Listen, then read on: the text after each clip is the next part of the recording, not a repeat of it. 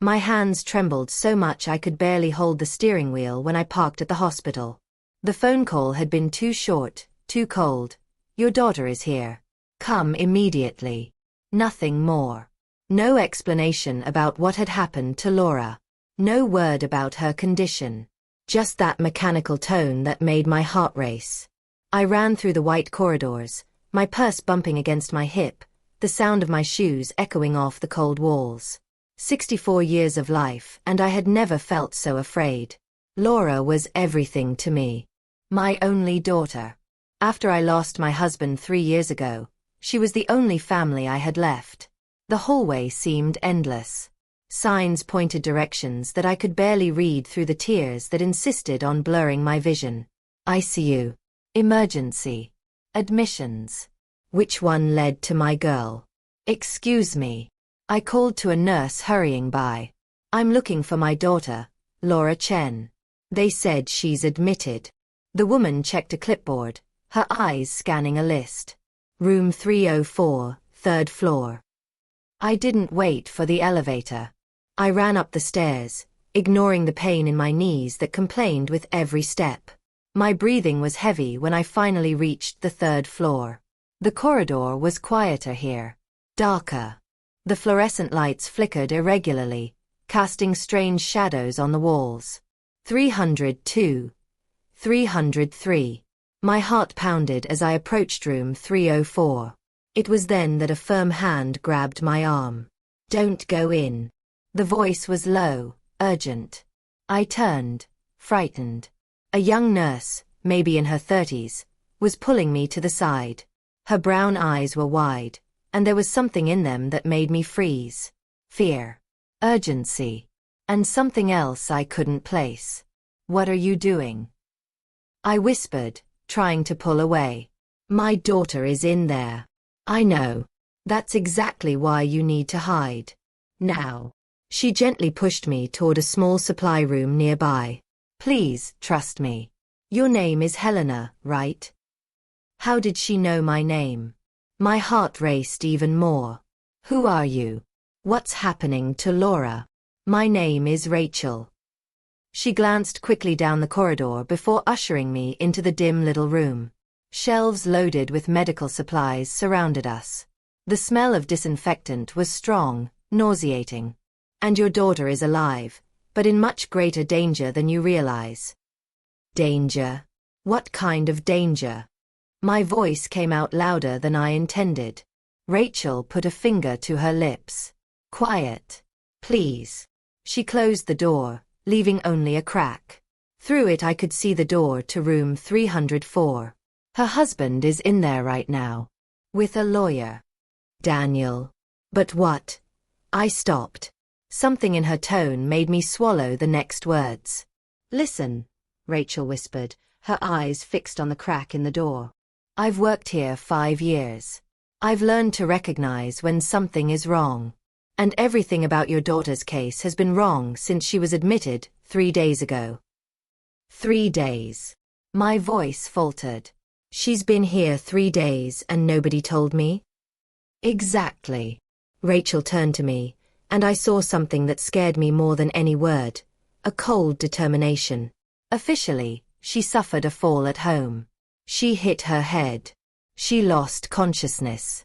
But the symptoms don't match a head injury. Her blood pressure fluctuates oddly. The levels of certain substances in her blood are abnormal. And she's kept sedated longer than necessary. My head spun, trying to process it. You're saying that? I'm saying someone is keeping your daughter unconscious on purpose. Rachel took a deep breath. And I'm almost certain that someone is her husband. The world seemed to spin around me. I gripped the shelf beside me to keep from collapsing. Daniel. The man Laura had married 2 years ago. The man I had never been able to fully like, but whom my daughter loved. Or claimed to love. This is madness, I whispered, but even as I spoke, memories started surfacing. Laura's visits becoming rarer. Phone calls always short, always with Daniel nearby. The way she stopped mentioning the trips we planned together. How she'd stopped coming to see me without him. 3 days ago, Rachel continued, her voice still low but steady. I was doing my rounds when I saw Daniel coming out of her room. He didn't see me. He was stuffing something into his pocket quickly, suspiciously. I went to check on Laura shortly after and found this. She pulled a small vial from her uniform pocket. Even in the dim room, I could read the label. It was a strong sedative. The kind that shouldn't be in a visitor's hands. Where did you get that? It was hidden among the flowers on her bedside table. Rachel put the vial away. I began watching. And the more I watched, the more strange things I noticed. His visits always coincided with worsened episodes. The doctors couldn't understand why she wouldn't wake up. And then yesterday, I saw the lawyer arrive. Lawyer. He brought papers. Legal documents. Rachel looked through the crack again. I kept an eye on them. I managed to overhear fragments of the conversation. Something about an emergency power of attorney. About transferring assets. About an apartment. My apartment. The apartment I had given Laura as a wedding present, registered in her name. The only valuable asset my daughter had. An inheritance from her father. No, I murmured, feeling my legs go weak. No, this can't be happening. They're in there now, Rachel whispered. I waited for you to arrive because I saw your name in the emergency contact list. I tried calling earlier, but the number was blocked. I later discovered Daniel had instructed that you not be informed about the hospitalization. Anger. A rage I had never felt began to burn in my chest, replacing the fear. My daughter. My girl. And that monster was. We have to do something, I said, my voice trembling not from fear but from contained fury. We need to wake her up. Call the police. Something. We can't just accuse him without concrete evidence. Rachel gripped my arm. A vial of sedative isn't enough. He can claim he found it and took it by mistake. He can invent 1,000 excuses. And he's a corporate lawyer. He knows the law better than most. Then what do we do? Tears finally streamed down my face. Do we just stand here while he kills my daughter? No, Rachel squeezed my arm hard. We catch him red-handed. I have a plan, but you have to trust me. And you have to be strong. I looked at this young nurse I didn't even know. A stranger who, for some reason, had decided to risk her job, maybe even her safety, to protect my daughter. Why are you doing this? I asked. Why do you care? Rachel looked away for a moment. When she met my eyes again, there was pain in them. 5 years ago, my sister died. Officially, it was a domestic accident. But I always knew her husband had something to do with it. I never managed to prove it. No one believed me. She swallowed. I won't let this happen again. Not when I can do something. In that moment something shifted between us. We were no longer two strangers. We were two women bound by something greater, the determination to protect those we loved. What do I need to do? I asked, wiping my tears. First, you will pretend you don't know anything. Rachel spoke quickly, as if she'd thought about this for days. When they come out of the room, you enter as a worried mother. Cry. Despair. But observe everything. Every detail. Every reaction from him. I'll continue my investigation here. I'll gather more evidence. Blood samples that prove ongoing poisoning. Poisoning. The word escaped as a groan. And I'll try to record a confession. Rachel took her phone from her pocket. If we get something concrete, something the police can't ignore, then we act. How much time do we have? I don't know. The honesty in her voice was frightening. But I heard the lawyer mention something about 48 hours. I think that's the deadline they set to get the documents signed before. She didn't need to finish. Before they let Laura die. Before they pretended it was just a fatality. Before they inherited everything. A door opening made us freeze. Through the crack we watched Daniel come out of room 304. He wore a suit, as always. Hair perfectly styled. Impeccable appearance. Behind him, an older man with a leather briefcase spoke in a low voice. The documents are ready. As soon as we have the emergency power of attorney signed, we can proceed with the transfers, the lawyer said. Great. Daniel's voice was cold. Calculating. There was nothing of the attentive son-in-law. He always pretended to be in front of me. And what about the mother-in-law's apartment? It's in your wife's name, so technically, with the power of attorney, you'll have full control.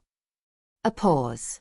After she passes, of course, the inheritance is automatic. After she passes. The words hit the small room like gunshots. I felt Rachel take my hand, stopping me from bursting out and attacking that monster. I bit my lips so hard I tasted blood. Perfect, Daniel said, and there was satisfaction in his voice.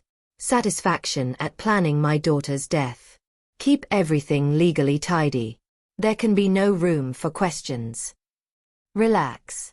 In 2 days' time you'll be a very rich, very free widower. They laughed. They laughed. As if they were discussing business and not murder. I waited until they disappeared down the corridor before I could breathe again. Did you get it? Rachel whispered, showing her phone.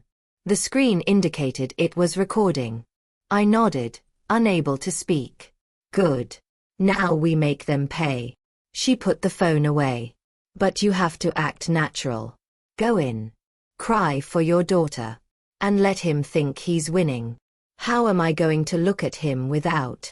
Because Laura needs you whole. Strong. Focused.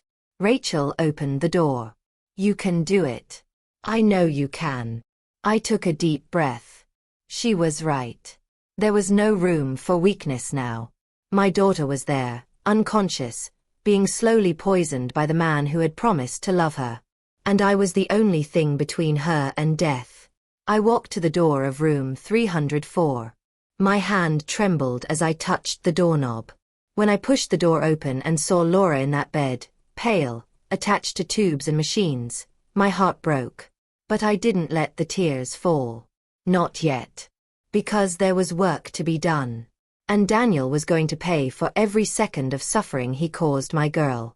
If you're enjoying this story and want to know how this mother will manage to save her daughter and deliver justice, don't forget to subscribe to the channel so you don't miss the next chapters. The room was plunged into artificial twilight. The curtains blocked the afternoon light, and only the faint glow of the monitors illuminated Laura's pale face. My daughter looked so small in that bed, so fragile. The tubes coming out of her arms looked like chains trapping her in a sleep she couldn't wake from. I approached slowly, each step weighing like lead. My hand trembled as I touched hers. It was cold. So cold. I held it tightly, as if my warmth could bring her back. Laura, I whispered, my voice breaking. Mommy is here, my love. Mommy is here. Nothing. Not a movement. Not a flicker of her closed eyelids. Just the constant beeping of the monitors marking her still beating heart, still fighting. How long had she been kept like this? 3 days of silent torture while I knew nothing. 3 days in which that monster probably came here, sat beside her with his worried husband mask, and poured poison into her veins. The door opened behind me. I didn't need to turn to know who it was. I felt his presence like a change in temperature before a storm. Helena. Daniel's voice was soft, almost gentle, almost convincing. I didn't know you were coming. I took a deep breath before turning. I had to make this work. I had to be the uninformed mother-in-law, the desperate mother he expected me to be. You didn't know? I let the real anger slip into my voice, but aimed at the wrong target. My daughter is in a hospital and nobody told me. 3 days. Daniel. 3 days. He stepped closer, and I had to make a monumental effort not to recoil. His suit was impeccable. His face showed exactly the right amount of concern and exhaustion. If I didn't know the truth, I would have completely believed that performance. I'm sorry, he said, running a hand through his hair in a rehearsed gesture. It all happened so fast.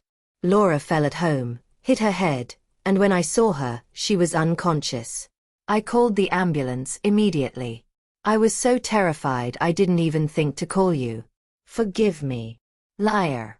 Perfect liar with his calm voice and worried eyes. How many times had he practiced this lie? How many times had he repeated this story to doctors, nurses, maybe even to Laura herself before she lost consciousness completely? How is she? I asked, forcing my voice to tremble just enough. What are the doctors saying? Daniel sighed, a long, heavy exhale meant to convey despair. They're not sure. The head trauma was significant. She's in an induced coma while the brain recovers. They say it's better this way, that the body needs this time to heal. Induced coma. Of course.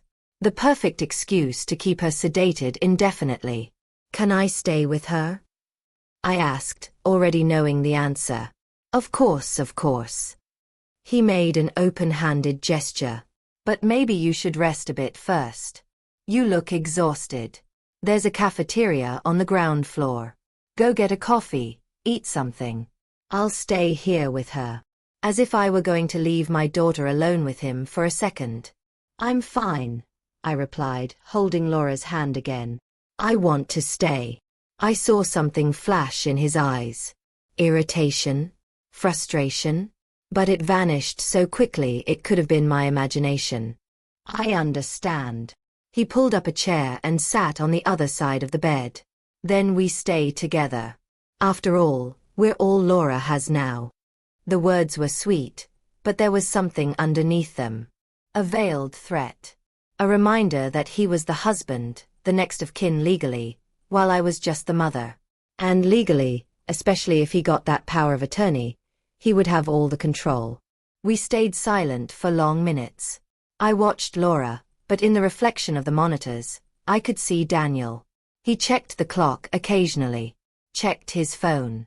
His fingers drummed on the arm of the chair in an impatient rhythm. He was waiting for me to leave. You know, I started, keeping my voice casual. I was thinking about the apartment. The one I gave Laura when you two married. She always loved that place so much. Daniel went very quiet. When he answered, his voice was carefully neutral. Yes. It's a beautiful place. Laura always said it was the best gift she had ever received. I thought I might stop by later. See if everything's okay. Water her plants, that kind of thing. I watched his reaction carefully. No need to worry about that. The reply came too quickly. I'm already taking care of everything. The house is locked, secure. Better to leave it that way for now. Of course it was locked. He wouldn't want anyone snooping around. Who knows what else I might find? More sedatives. Evidence that he had been drugging Laura for longer? The door opened again. Rachel entered, pushing a cart with medications. Her eyes met mine for a fraction of a second before she assumed a neutral professional expression. Good afternoon, Mr. Chen, she greeted Daniel with a nod. I came to check the patient's vital signs. Of course, of course. Daniel stood, giving her space. I watched Rachel work. Her movements were efficient, precise. She checked the monitors, noted numbers on a clipboard, adjusted one of the tubes. But when she leaned to check the 4 bag, I saw her fingers move quickly, swapping something. She blinked at me so subtly I almost missed it. She was replacing the 4. Removing whatever Daniel had put there. How is she? Daniel asked, tension in his voice that hadn't been there before. Stable, Rachel replied without looking at him. Blood pressure is normalizing. Heart rate regular. That's a good sign. I saw Daniel's jaw tighten. He didn't want her to improve. Not yet. Not before he got those documents signed. I need to collect another blood sample, Rachel continued, preparing a syringe. For routine toxicology tests. Toxicology. Daniel stepped forward. Why? She didn't take anything. It was just a fall. It's standard protocol for trauma cases with prolonged loss of consciousness. Rachel kept her voice professional, but I noticed the tension in her shoulders. Just to make sure there's nothing in her system that could interfere with recovery. The silence that followed was dense. Daniel was thinking, calculating. If he protested too much, he would seem suspicious. But if he let the tests proceed, they might find the sedatives. Of course, he finally said, his voice forced casual. Do what's necessary. Rachel collected the blood with steady hands. As she worked, she began to speak, her tone conversational. You know, I saw a similar case last month. Young woman, head trauma, wouldn't wake up. Everyone thought it was just the trauma, but it turned out to be an adverse reaction to medication she was taking. Anticonvulsants mixed with sedatives. Dangerous combination. It was a warning. She was letting Daniel know she was watching. How terrible, I said, joining the conversation. Did the family know she was taking these medications? No, Rachel labeled the blood tube carefully. The husband was giving them to her without medical knowledge. Thought he was helping with her anxiety.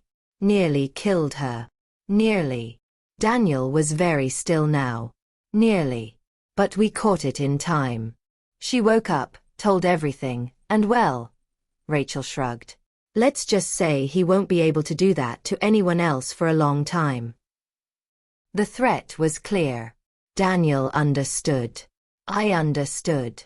And for a moment, the silence in the room was so heavy it felt hard to breathe. I'll take this to the lab, Rachel said, putting away the tube. We should have the results by tomorrow morning. Tomorrow morning. Less than 24 hours. Daniel had that time to act before the evidence became undeniable. After Rachel left, Daniel stared at the door for a long moment. When he turned to me, there was something different in his eyes. Something cold and calculating that he no longer bothered to hide completely. Helena, he said, his voice low. I need to talk about something important. My heart raced, but I kept my expression neutral. What? Laura and I. We were having some problems before the accident. He sat again, but now there was tension in every movement. Financial problems. Debts she accumulated without telling me. Lie. Laura had always been careful with money. It was I who sometimes had to encourage her to spend on herself. What kind of debts? Credit cards. Loans. She was embarrassed, didn't want me to know. He rubbed his face with his hands. I only found out after she was here. And now, with medical bills piling up, I'm in over my head. Ah, there it was. The setup to ask for control of the apartment. The apartment you gave her, he continued, his voice gaining an almost pleading tone. It's the only real asset we have. I was thinking, if we could use it as collateral. Just temporarily. To cover medical costs. To give Laura the best treatment possible. What a performance. If I hadn't heard that conversation with the lawyer, I would have believed it. Maybe even agreed, wanting to help my daughter in any way possible. I understand, I said slowly, as if processing the information. But the apartment is in her name. How would you be able to use it as collateral? There is a way. An emergency power of attorney. As her husband, in cases of temporary incapacitation, I can obtain legal authorization to make financial decisions on her behalf. He leaned forward. It's just bureaucracy. As soon as Laura wakes up, she can revoke it. But for now, it would give us the financial breathing room we need. And there it was. His plan, presented so reasonably, so necessarily. But I knew the truth. Once he had control of that apartment, Laura would never wake to revoke anything. I need to think about it, I replied, averting my eyes as if uncomfortable. It's a lot to process at once. My daughter is in a hospital bed, and you're talking about money and legal documents. I saw frustration flash across his face. Of course. Sorry. I know it's a lot. But time is against us, Helena. Every day that passes, the debts grow. Interest accumulates. Interest. Debts. All lies. But a well-constructed lie, the kind that could convince anyone who didn't know the truth. I'll think about it, I repeated, standing up. But I need some air now. This is all. It's too much. I understand. He also stood. Go, rest. I'll stay with Laura. As if I were really going to leave him alone with her after what I knew. Actually, Rachel appeared at the door as if summoned. We need to do some procedures with the patient. Protocol. It will take about half an hour. Maybe you two could use the time to rest a bit. Daniel opened his mouth to protest, but Rachel was already moving equipment, creating a physical barrier between him and the bed. Protocol, she repeated, her tone leaving no room for discussion. I had to hide a smile. Rachel was buying me time. Time to think, to plan our next move. All right, Daniel finally agreed, clearly annoyed. He grabbed his phone and jacket. I'll make some calls outside. Helena, you coming? Yes, I lied. Just want to give my daughter a kiss first. I leaned over Laura, kissing her cold forehead. Hold on, my love, I whispered so low only she could hear, even unconscious. Mommy will fix everything. I promise. When I straightened up, Rachel was watching me. Her eyes said, trust me. And I did. Because I had no other choice. Because that stranger in her green uniform and determined eyes was the only ally I had in this silent war against the man who vowed to love my daughter. I followed Daniel to the corridor, my mind already working on what to do next. He had 48 hours. Rachel had evidence accumulating. And I had a daughter to save. The game had only just begun. And Daniel didn't yet know he had lost the advantage. I sat in the hospital cafeteria, pretending to stir a coffee that was already cold, while Daniel spoke on the phone across the room. His gestures were agitated, his voice low but tense. He was nervous. Good. I wanted him to be. My phone vibrated. A message from Rachel. Supply room. 5 minutes. Come alone.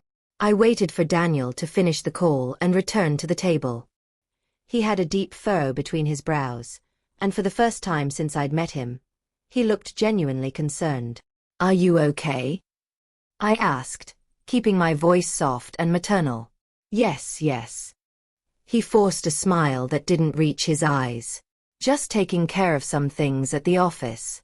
You know how it is. I didn't know. And I didn't care. But I nodded as if I understood. Daniel, I began, choosing my words carefully, about what you said, the power of attorney. Maybe you're right. Maybe it's best for Laura. I saw relief flood his face. That monster really thought he had convinced me. Really. Helena, you don't know how much this means. For Laura. For us. He grabbed my hand across the table, and I had to summon all my willpower not to snatch it back. But I need time, I continued quickly, to process everything. To read the documents. You understand, right? It's my late husband's apartment. There's sentimental value. I saw frustration flash across his eyes again, but he hid it quickly. Of course, of course. But, Helena, time is something we don't have much of. The creditors are calling. The medical bills. 24 hours, I interrupted, my voice firm. Give me 24 hours to think, to consult my own lawyer if necessary. Then we decide together the best way forward. 24 hours. Enough time for Rachel to gather all the evidence. Enough time for me to discover what else he was hiding. Enough time to set the perfect trap. Daniel hesitated, clearly torn between pressing harder and maintaining the facade of the understanding son-in-law. Finally, he nodded. All right. 24 hours. But after that, we need to act fast. I understand. I stood, pretending to check my watch. I'll go to the restroom quickly. Be right back. I didn't wait for his answer. I walked quickly through the corridors, constantly checking that he wasn't following. When I reached the supply room, Rachel was already there, along with another person. It was an older man, perhaps in his 60s, with gold-rimmed glasses and a serious expression. He wore a discreet suit and held a leather briefcase. "Helena, this is Thomas Wright," Rachel introduced quickly. "He's a private investigator." I explained the situation, and he agreed to help us. Thomas extended his hand. His grip was firm, reliable. "Mrs. Chin, I'm sorry about the circumstances." Rachel told me everything. "I worked 20 years in the police before retiring. I've seen cases like this before." "So you believe us?" I asked, my voice nearly breaking with relief at having someone else on our side.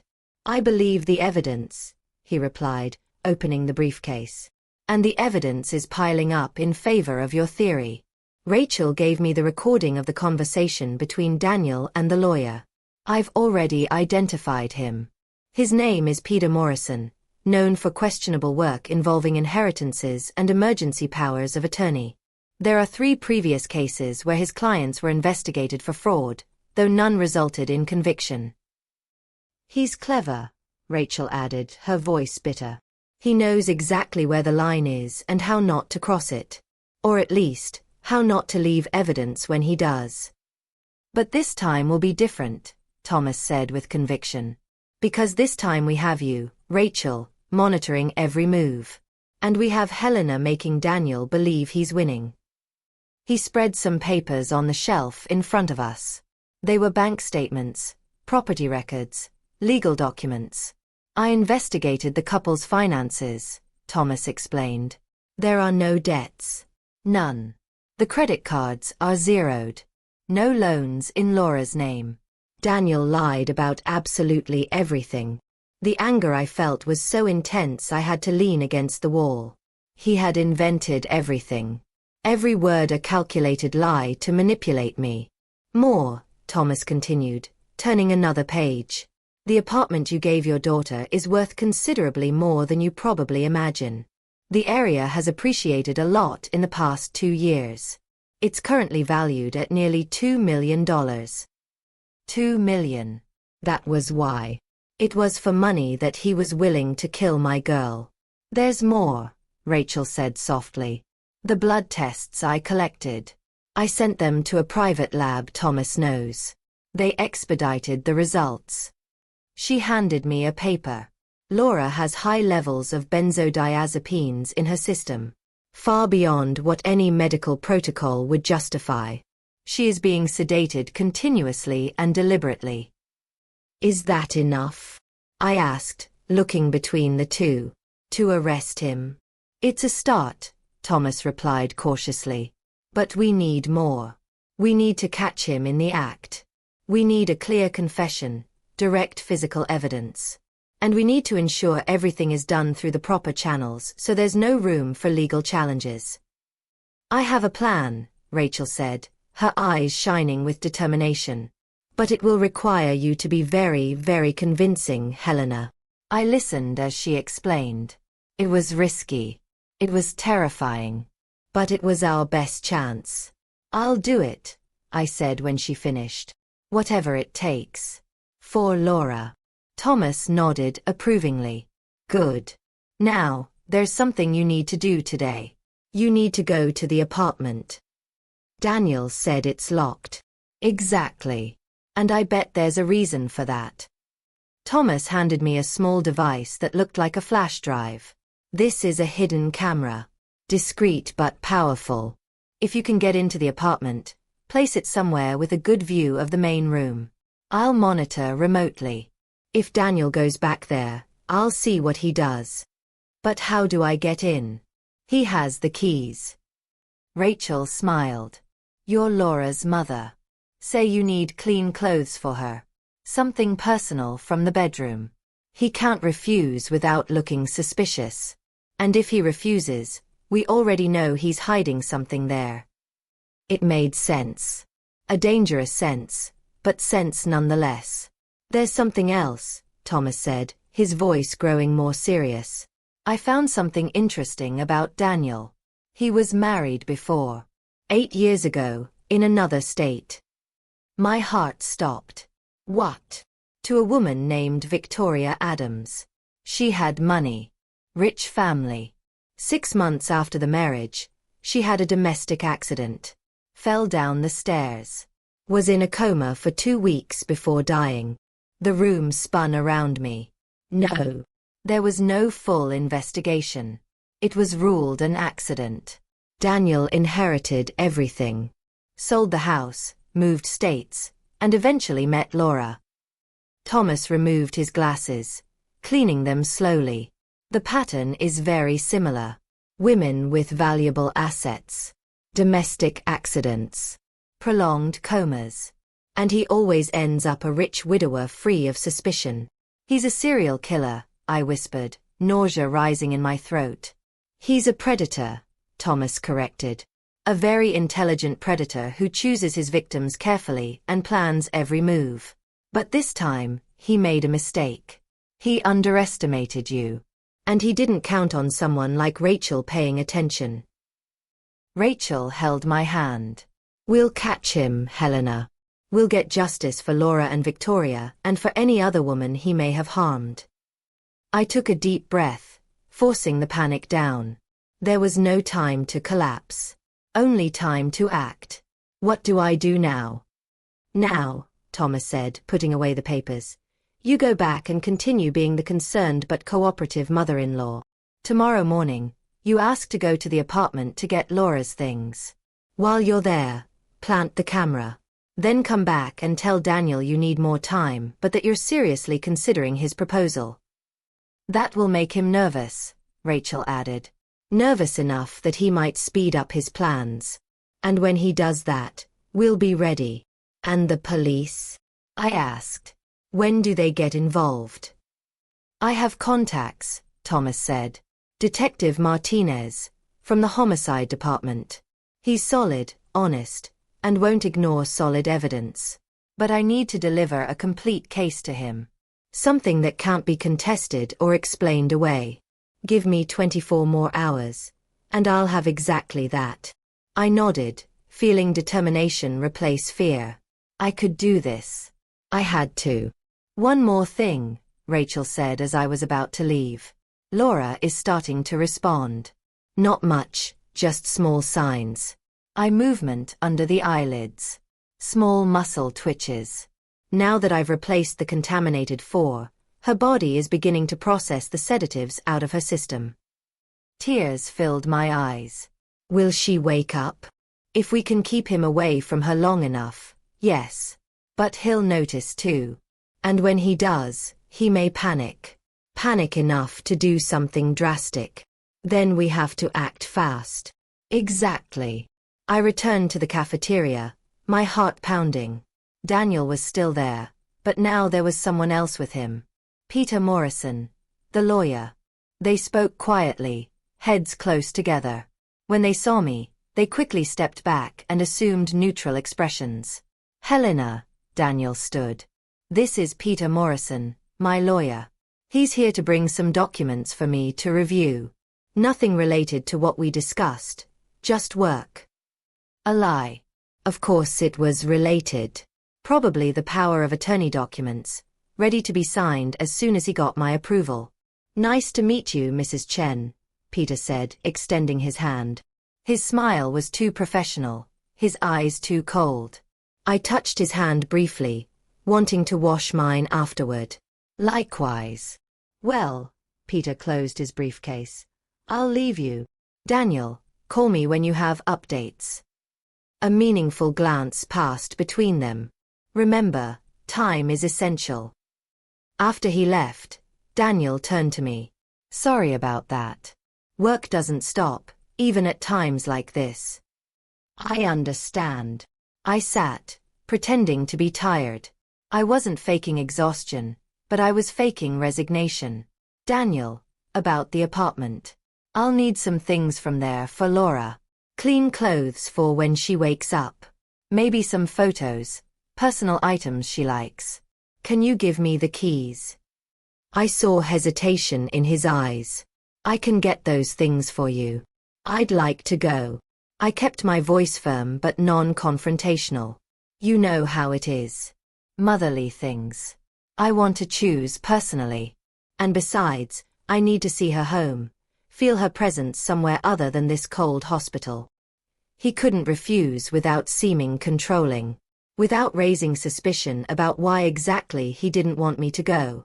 Of course, he finally said, reluctantly pulling the keys from his pocket. But please, don't touch anything. The house is exactly as Laura left it before the accident. I want to keep it that way for her. I took the keys, feeling the cold weight of the metal in my palm. Thank you. I'll go early tomorrow morning. Do you want me to go with you? No, the answer came more abruptly than intended. I softened my tone. I mean, you should stay with Laura. In case she wakes up.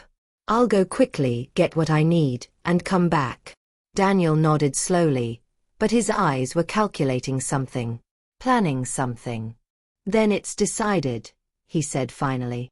You'll go to the apartment tomorrow, and then we'll talk more about the power of attorney? Yes. Tomorrow we'll talk. But tomorrow, I thought, clutching the keys in my hand, you will discover that you completely underestimated the mother trying to protect her daughter. And you will pay for every tear of my daughter. For every moment of suffering. For Victoria and any other woman you hurt. The trap was being set. And Daniel was walking straight into it. The morning arrived heavy as lead. I barely slept, each second dragging like hours as I mentally rehearsed every move I needed to make. By 7 in the morning, I was already in the parking lot of the building where Laura lived. The keys felt heavy in my pocket, like evidence of everything I was about to discover. The apartment was on the 12th floor. When the door opened, I was hit by a wave of sadness so strong that I had to hold on to the frame.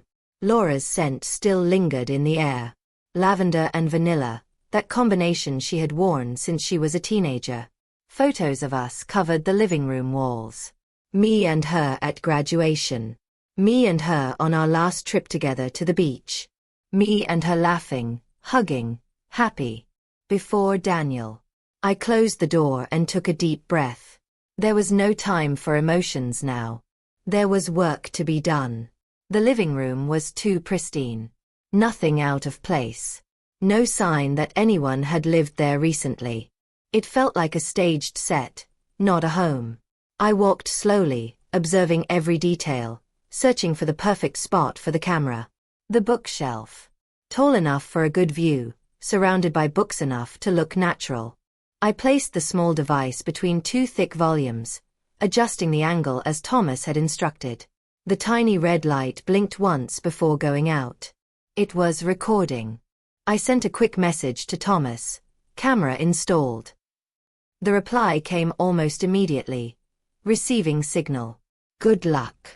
Now came the part one both dreaded and longed for. Investigating. Discovering what Daniel was hiding. I started in the bedroom. The drawers were organized, but when I looked deeper, I noticed something strange. Laura's clothes were all there, but a small suitcase was hidden at the back of the closet. I opened it with trembling hands. Inside, I found Laura's clothes carefully folded. Documents. Passport. Cash. And a letter. My heart raced when I recognized her handwriting. I opened the paper with fingers that would not stop shaking. Mom, if you are reading this, it means something has happened to me. I was planning to leave. Daniel is not who I thought he was. He changed after the wedding. He became controlling, manipulative. He started isolating me from you, from my friends. I finally understood that I needed to leave. I was planning to come back home, to you. But if you are reading this and I am not there to explain, it means he found out. It means he stopped me. Please, don't let him win. The apartment is yours by right. Don't let him steal what Dad left us. I love you so much. I always have. I'm sorry I didn't tell you sooner. Sorry I was weak. Laura. Tears fell onto the paper, smudging the ink. My girl. My girl was trying to escape, and he stopped her. He discovered and orchestrated that accident before she could flee. I put the letter in my pocket, along with her passport. They were proof. Proof that she had planned to leave him. Proof of motive. I continued searching. In the office they shared, I found Daniel's laptop open. He must have left in a hurry. The screen was unlocked. I shouldn't touch it. I knew I shouldn't. But it was my daughter dying in that hospital. I clicked on the documents folder. And there it was. Everything. The contract with Peter Morrison, detailing how they would divide Laura's assets after her natural passing. Emails exchanged with an insurance company about policies Daniel had taken out in Laura's name without her knowledge. Research on sedative drugs and how to administer them without leaving obvious traces. It was all premeditated. All calculated. He had turned killing my daughter into a project, complete with timelines and financial spreadsheets. I took photos of everything with my phone, my hands shaking so much that some came out blurred. It didn't matter. I had enough. More than enough. My phone rang, nearly making me drop it. It was Rachel. Helena, you need to come back. Now. Her voice was tense, urgent. What happened? Daniel realized Laura is responding better. He's getting nervous. He just brought her coffee, but I saw him putting something in the cup before entering the room. I stopped him, said she can't ingest anything orally yet, only via 4. But he's getting desperate. I'm coming. I was already running toward the door. Thomas has already contacted Detective Martinez. He's on his way with a team. But we need Daniel to do something he can't deny. Something definitive. I understand. I locked the apartment, my hands barely holding the keys. I'll be there in 15 minutes. I drove breaking every speed limit. Morning traffic seemed to conspire against me, each red light an eternity. When I finally arrived at the hospital, I ran through the corridors with my heart in my throat. Rachel intercepted me before I reached Laura's room. Breathe, she said, holding my shoulders. You need to be calm. Controlled. Thomas is monitoring everything. Martinez is in the building, waiting for the right moment. All you need to do is go in there and tell Daniel you decided to sign the documents. What? But. Trust me. When he thinks he's won, he'll let his guard down. He'll confess. People like him always need to brag about their own intelligence. She squeezed my hand. Can you do this? I thought of Laura's letter. The hidden suitcase. Victoria, the first wife. All the lies and manipulations. I can. I straightened my shoulders, wiped away the tears, and put on the mask I had worn for days. The worried but confident mother. The naive mother-in-law. When I entered the room, Daniel was sitting beside Laura's bed, but his eyes were on his phone. He looked exhausted, but there was a tension in him that hadn't been there before. He knew time was running out. Daniel. He lifted his head abruptly. Helena. Did you get what you needed from the apartment? I did. I sat slowly in the chair on the other side of the bed. And I also gained clarity. Something changed in his expression. Interest. Cautious hope. Clarity. About the power of attorney. You were right. Laura would need us to do what's best for her. And if that means using the apartment to ensure she gets the best treatment possible. I paused, as if the words were hard to say. Then that's what we must do. I saw relief flood his face. The tension in his shoulders relaxed. He had won. Or thought he had. Helena, you don't know how much this means. He leaned forward, his voice almost gentle. For Laura. Everything is for Laura. Of course. I forced a smile. When can I sign the documents? Peter could be here in an hour. He'll bring everything. We'll do it quickly, no complications. He was already dialing, his excitement barely contained. While he spoke on the phone with the lawyer, I looked at Laura. And then I saw it. Her fingers moved. Just a small tremor, but it was movement. Real movement. She was waking up. Daniel hadn't noticed, distracted by his call. But I did. And I needed to buy time. Time enough for her to wake fully. Time enough for her to witness against him. Actually, I interrupted when he hung up, there's something I need to know first.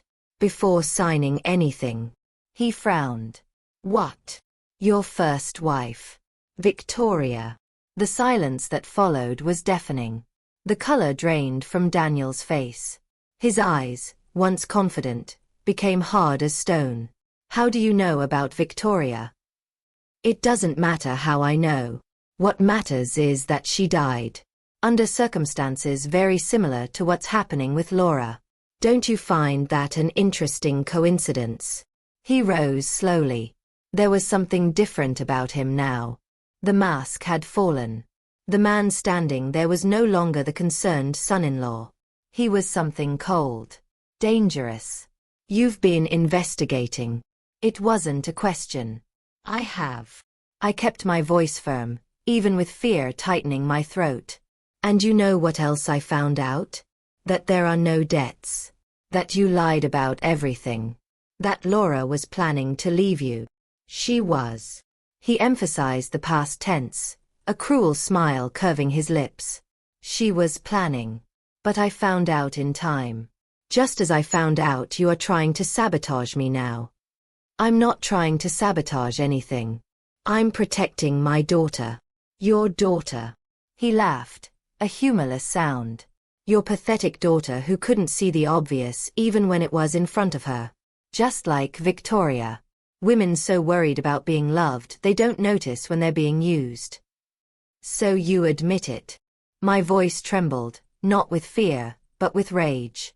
Admit that you're doing this for money. That you killed Victoria. That you're killing Laura. Killing is such a dramatic word. Daniel walked to the window, looking outside as if we were having a casual conversation. I prefer to think of it as asset redistribution. Victoria no longer needed her money. Laura doesn't need this apartment anymore. And well, I have plans. You're a monster. I'm pragmatic. He turned to me. And you just made a fatal mistake. Because now I know you know. And that means you've become a problem. He stepped toward me. My heart raced, but I forced myself to stay seated.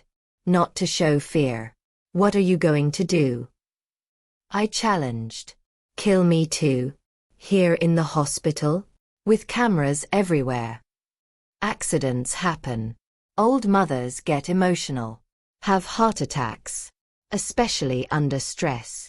His hand went to his pocket, pulling out a small vial. The same type Rachel had shown me.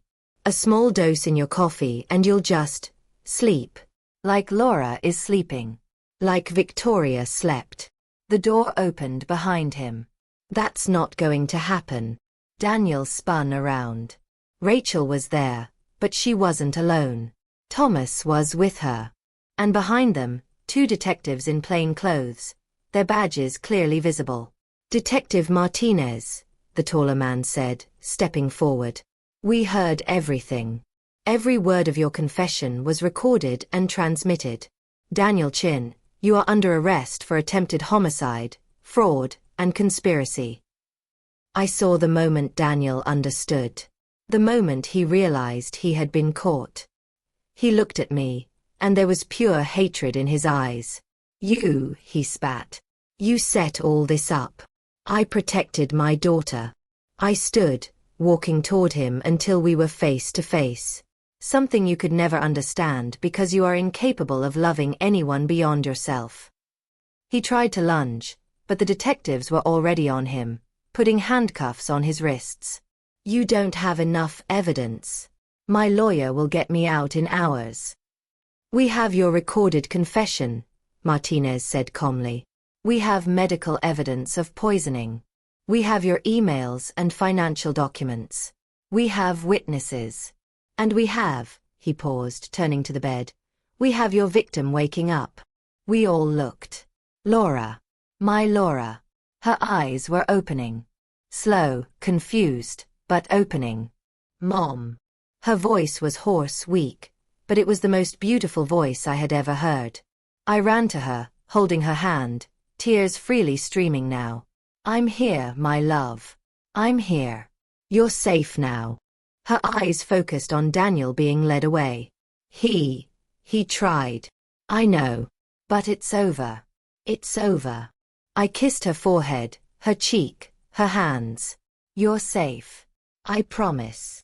Daniel shouted threats as he was dragged out, but his voice grew more distant until it disappeared completely down the corridors.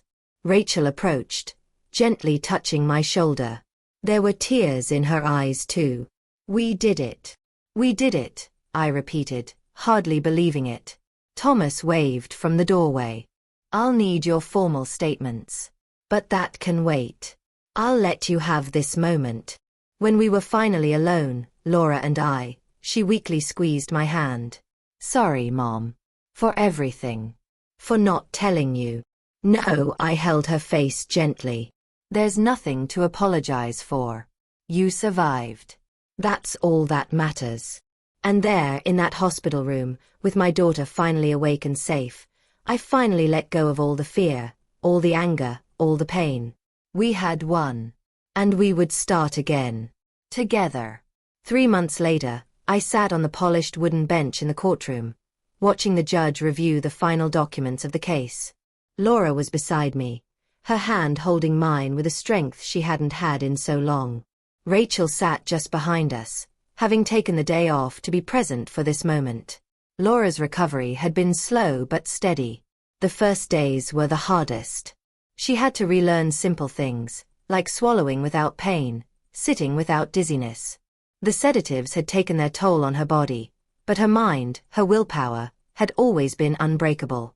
Daniel sat on the other side of the room, handcuffed, flanked by 2 officers. He had lost weight during the months in prison. The expensive suit had been replaced by a faded orange jumpsuit. But what had changed the most were his eyes. The arrogance was gone. In its place was emptiness. Resignation. He knew he had lost. The trial had lasted 2 weeks. The prosecution presented mountains of evidence. The recorded confession, the emails, the financial records, Rachel's testimony about the sedatives found and the abnormal levels of drugs in Laura's blood, my own testimony about what I witnessed and discovered, and most devastating of all, Laura's testimony, recounting her story of manipulation and control. But the prosecution didn't stop there. They reopened the case of Victoria Adams. Her body was exhumed. They found the same sedatives in lethal amounts. Witnesses came forward, people who had been close to Victoria and had always suspected the circumstances of her death. The case that had been filed as an accident was reclassified as homicide. Daniel was charged with 1 murder, 1 attempted murder, multiple counts of fraud, document forgery, and conspiracy. His lawyer, Peter Morrison, was also arrested and faced his own charges. The web of corruption they had woven was finally unraveling. The judge, a woman in her 60s with grey hair and eyes that had seen much, finally spoke. "Daniel Chin, you have been found guilty on all charges brought against you. This court has witnessed one of the most calculated and cold manipulations I have seen in my 30 years on the bench." She paused, her eyes fixed on him. "You not only took the life of an innocent woman, but attempted to do the same to another. You abused trust, love, and vulnerability for personal gain. You represent a danger to society, especially to vulnerable women." Daniel remained still, his face an expressionless mask. "It is the sentence of this court that you be sentenced to life imprisonment without the possibility of parole for the murder of Victoria Adams. Additionally, you will receive 30 consecutive years for the attempted murder of Laura Chen, plus 15 years for fraud and conspiracy. You will spend the remainder of your natural life in prison." The gavel struck. Final. Definitive. Irreversible. I felt Laura collapse against me, sobs shaking her shoulders. These weren't tears of sadness. They were tears of relief. Of release. Of finally being free. As the officers led Daniel out of the courtroom, he looked back one last time. Our eyes met. There was no remorse in that look. No regret. Only anger at being caught. At losing. I turned my face away. He didn't even deserve my contempt. Outside the courthouse, the sun shone brightly. It was a beautiful spring day, the kind Laura had always loved. Flowers were beginning to bloom on the trees. The air was fresh and full of promise. Thomas was waiting for us on the steps, his smile wide and genuine. Justice has been served. It has, I agreed, hugging him. And we couldn't have done it without you. You did the hard work, he replied, shrugging modestly. I just connected the dots. Rachel joined us, and for a moment, the four of us stood there, united by something greater than ourselves. United in the fight against injustice. By the determination to protect the vulnerable. You know, Rachel said softly, looking at Laura, your mother never gave up on you. Not for a second. Laura squeezed my hand. I know. She never gives up on the people she loves. That night, I prepared Laura's favorite dinner in my apartment, where she had been living since leaving the hospital. Carbonara pasta, Caesar salad, and lemon pie for dessert. Simple things, but made with love. As we cooked together, something we hadn't done in years, Laura finally spoke about things she had kept inside for so long. I saw the signs, she admitted, stirring the sauce in the pan. From the beginning. How he kept me away from my friends. How there was always an excuse not to visit you. How he started controlling the finances even when I said I wanted to keep separate accounts. Why didn't you say anything? I asked gently, without judgment. Shame.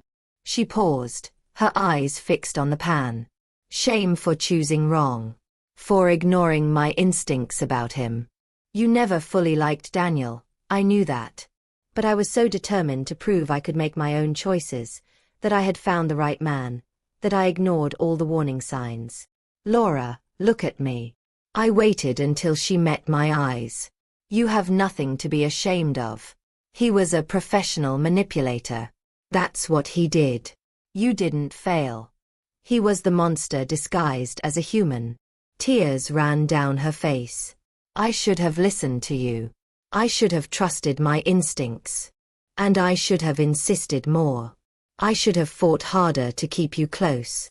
I held her face, wiping her tears. But none of us are perfect. What matters is that we survived. And we'll make sure other women don't go through what you went through. That conversation became the catalyst for something greater. Something Rachel had suggested during one of our many discussions about the case. A week after the sentencing, we met again. Laura, Rachel, Thomas, and I. This time in a small office I had rented downtown. Victoria's Voice Foundation, Rachel read the plaque on the wall. For Daniel's first victim. To give voice to those who were silenced. The foundation had been born out of an urgent need that we all recognized. There were many women like Laura and Victoria out there. Trapped in abusive relationships. Isolated. Manipulated. Not knowing where to turn or how to escape. Our mission was simple but vital. Provide resources, education, and support for victims of domestic abuse and financial manipulation. Offer safe refuge. Legal help. Psychological counseling. And most importantly, let them know they were not alone. Laura decided to use her experience to help other women. She began giving lectures at universities and community groups about the warning signs of abusive relationships. About how predators like Daniel operate. About how to ask for help. Isolation is their first weapon, she explained to attentive audiences. They gradually remove you from family and friends. So subtly that you don't even notice until you're completely alone. Until they are the only voice you hear. And then, you start doubting yourself. Your instincts. Your perception of reality. Rachel used her medical experience to train other healthcare professionals to recognize signs of poisoning and domestic abuse. We are often the first line of defense, she said. We can save lives simply by paying attention. Simply by asking the right questions. Thomas offered his investigative services for free for cases the foundation took on. Everyone deserves justice, he insisted. It doesn't matter if they can pay for a private investigator or not. And I became the voice of mothers, of families, of those who see their loved ones being manipulated but don't know how to help. Trust your instincts, I said in interviews and meetings. If something feels wrong, it probably is. Don't let anyone convince you otherwise. And never, ever give up on the people you love. Even when it seems impossible to reach them. Even when they push you away. Keep trying. Keep showing up. Because when they're finally ready to ask for help, you need to be there to catch them. In the first 6 months, the foundation helped 14 women escape abusive relationships. We provided shelter for 8, helped 3 obtain restraining orders, and saved at least 2 lives that were in immediate danger. Each story was different. Each woman had her own path. But all shared one thing in common. They found courage. They found strength. They found hope. 6 months after the foundation started, I received a letter. It was from a woman named Jennifer, who had attended one of Laura's lectures. "Your daughter saved my life," she wrote. "I was in a relationship I thought was just difficult. My boyfriend wasn't physically violent, so I thought it wasn't abuse. But he controlled everything. My money, my friends, where I went, what I wore." When Laura talked about gradual isolation, it was as if she was describing my life. I sought help. I left. Now I'm starting over, and for the first time in years, I feel like I can breathe. Thank you for turning your pain into purpose. For giving me my life back. I cried reading that letter. I cried for Jennifer. For Victoria. For Laura. For all the women who suffer in silence. But I also smiled. Because something good had been born from something terrible. Because pain had turned into power. Because silence had become voice. Today, when I look at Laura, I see not just my daughter who survived. I see a warrior. An advocate. A light for others still in the dark. She regained not just her health, but her identity. She smiles again. Laughs. Trusts. Slowly, carefully, but genuinely. She started dating again, this time with eyes wide open. With healthy boundaries. With self-love forged in the fire of what she survived. As for me, I learned that a mother's love is not just about nurturing and protecting. It is also about fighting. About never giving up. About doing whatever it takes to keep your children safe, no matter their age. I learned that intuition is a powerful tool. That when something feels wrong, it usually is. And that ignoring that feeling can cost lives. I learned that allies appear in the most unexpected places. Rachel, a nurse who could have simply followed the rules and ignored her suspicions. Thomas, a retired investigator who could have said it wasn't his problem. They chose to care. They chose to act. And that choice made all the difference. But the most important lesson I learned is this. Justice may be slow, but when pursued with determination, when fought with courage, when demanded with a strong voice, it eventually prevails.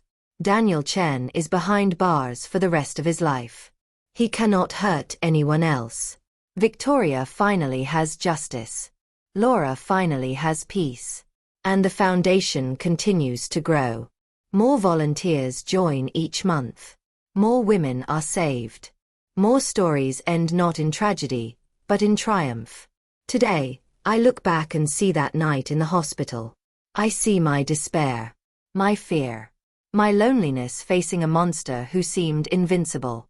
But I did not face it alone. And that is the message I want everyone to know. You are never alone. There is always someone willing to help.